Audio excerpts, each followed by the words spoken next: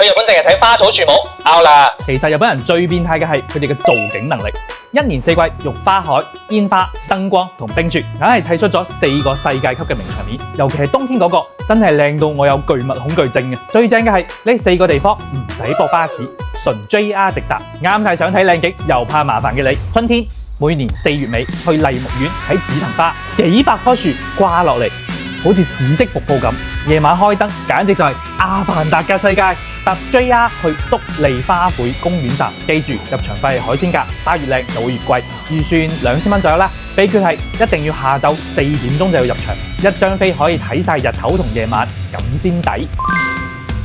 夏天7月最後一個星期六，梗係睇羽田村花火，一晚放2萬發，個天光過日頭啊，成個銀河咁。千祈唔好去淺草站，逼死人㗎，醒目就去押上站，5點前就要爆位啦。河邊睇係免費嘅，用晴空塔 Sky Tree 做背景，是但用手機影都靚過明信片啊！秋天11月尾，京都清水寺紅葉加燈光，仲有一條藍色嘅雷射光線射上天，勁到爆！最靚係黃昏6點，嗰天深藍色嗰陣去影，搭京阪線去清水5條，行上去當散步，好多景係搭巴士睇唔到㗎。記得帶定現金買飛，幾百yen就可以入場，絕對值回票價。